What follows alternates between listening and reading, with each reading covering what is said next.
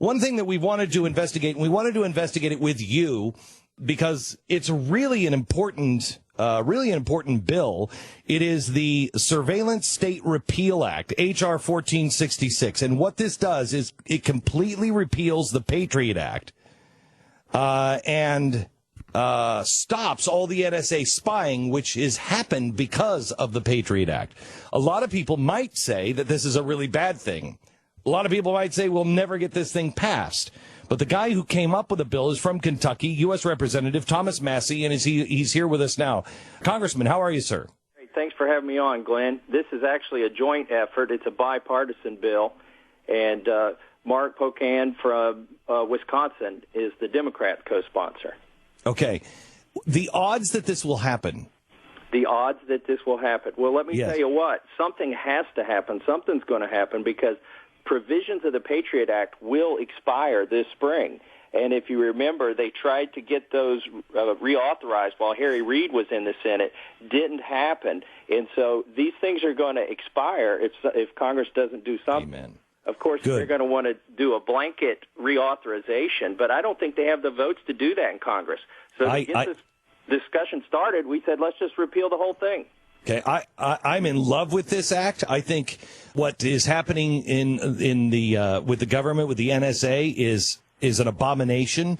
Our founders would hate it. It is so far beyond imagination that it needs to be stopped. And I just don't know how many people have the courage to stop it, because what will happen is if there is a problem, they will go. What will be said in the halls of Congress is, okay, next time we get hit by somebody, remember, you're going to be blamed because you'll be the one that repealed the Patriot Act, and people will fold. They say that in classified briefings, in open briefings. They browbeat us with that. They've even held up pictures of the towers during debates, private debates on this, and said, do you want to be responsible for this again? But you know what? You're right. Our founding fathers would be appalled.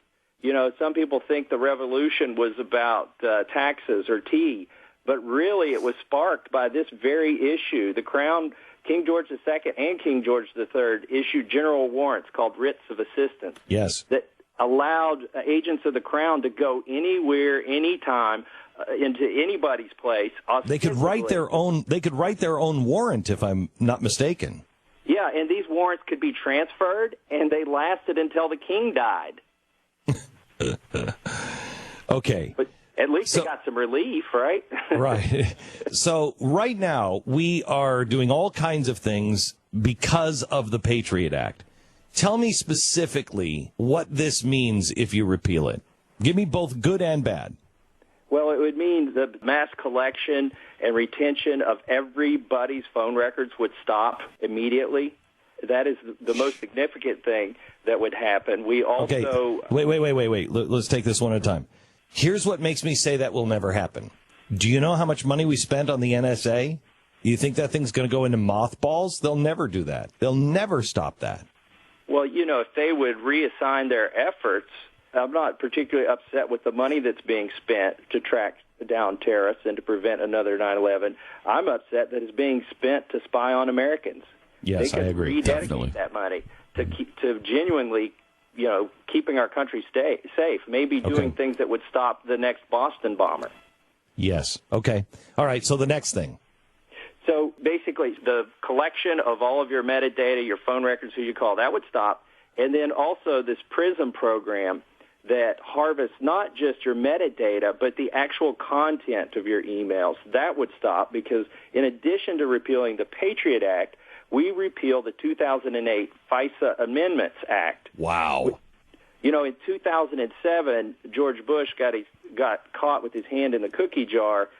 Everybody pretty much acknowledges that they were doing unconstitutional and illegal activity that wasn't within the purview of Congress.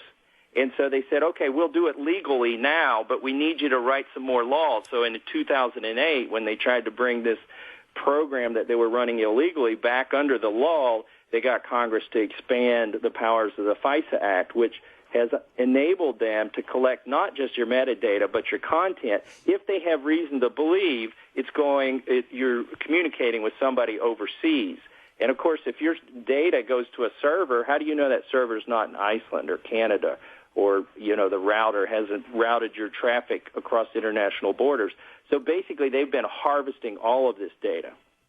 How is it that our borders are wide open? We have caught, the Blaze had an exclusive story this week that we have caught an Iraqi soldier that went and trained in the Ukraine with the Russians, was a Russian agent, was on his way, I think, up to Baltimore. We know that the White House has just been hacked into, sensitive part of the servers at the White House, by the Russians, and yet this guy just disappeared. We don't know what happened to him. The feeling is he was released at the border.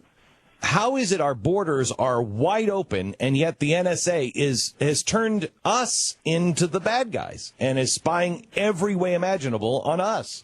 I don't know, Glenn. It's very disappointing, the fact that now we've turned the cameras on and the information gathering on every American citizen.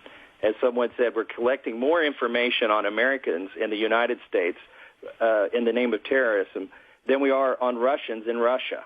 Yeah, we're going through one of those Edward Snowden interviews that aired recently. And, he's just talking about how even if you in Des Moines email your brother in Florida, if that bounces outside of the country to any server, even if it has nothing to, they're totally inside the country, these communications, they can monitor those. And they're saying it's constitutional because they're collecting it, but they're not looking at it. Right. I don't buy that at all. Not at all. Edward Snowden, is he a hero or a traitor? Rather than to say what Edward Snowden is, because I don't know if the guy cheats on his taxes, I don't know what websites he visits, let me talk about what he did. And I'm going to assume he took an oath, the same oath that I took, which is to protect and defend the Constitution against enemies, foreign and domestic. The actions that he took, the first action he took, which was to reveal these unconstitutional programs, that is, in my opinion, the definition of patriotism. Now, the second act he took, which was to leave the country, was an act of self-preservation. Yep. Now, do either of those make him a traitor? I don't think so. I think you're right about that. I think so too. Now, what has he done in Russia? I don't know. I don't know. Has he turned over evidence or secrets to the Russians now? I don't know. But I think you're right. He claims he didn't take any of that with him. It's not on his hard drive or in his personal possession. And he didn't want to go to Russia. We revoked his traveling papers, his passport when he was trying to get to South America. So, Congressman, we're talking to Congressman Thomas Massie of Kentucky about his Surveillance State Repeal Act. When is this due for a vote? Well, it's gone to various committees of jurisdiction. It will go to the Select Intelligence Committee, and it will go to the Judiciary Committee. Now, this is one of the problems that we have in Congress, is that there are three committees that are handpicked by the Speaker. And to be on the Select Intelligence Committee, you have to drink the Kool-Aid, or you're not going to get picked. And so I don't think it's going to get a very favorable review in the Select Intelligence Committee in the House.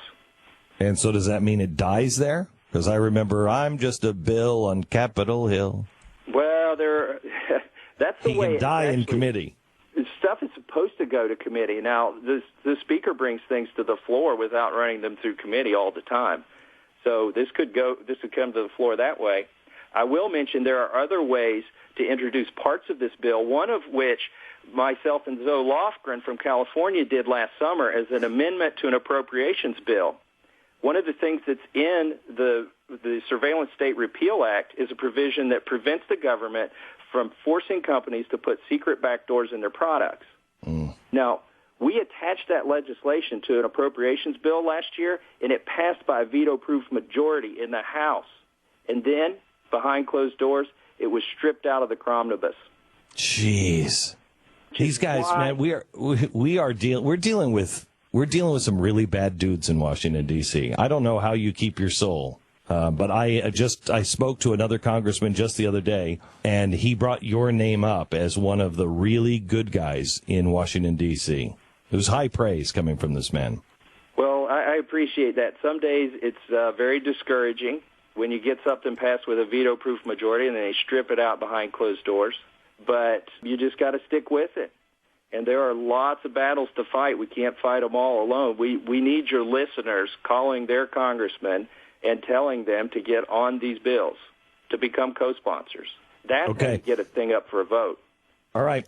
We will do so. It's H.R. 1466, the Surveillance State Repeal Act. It is going to take some miracles and a lot of phone calling and a lot of emailing from our audience and others. But we're not going to get rid of the NSA unless somebody like Ted Cruz or Rand Paul is president of the United States and he just repeals that executive order and takes a strong stand on the Patriot Act. But we're going to have to take it on ourselves. The Surveillance State Repeal Act, H.R. 1466. Call your congressman and tell them to co-sponsor this bill now. Congressman, thank you so much for talking to us. God bless. Thank you very much, Glenn. God bless you.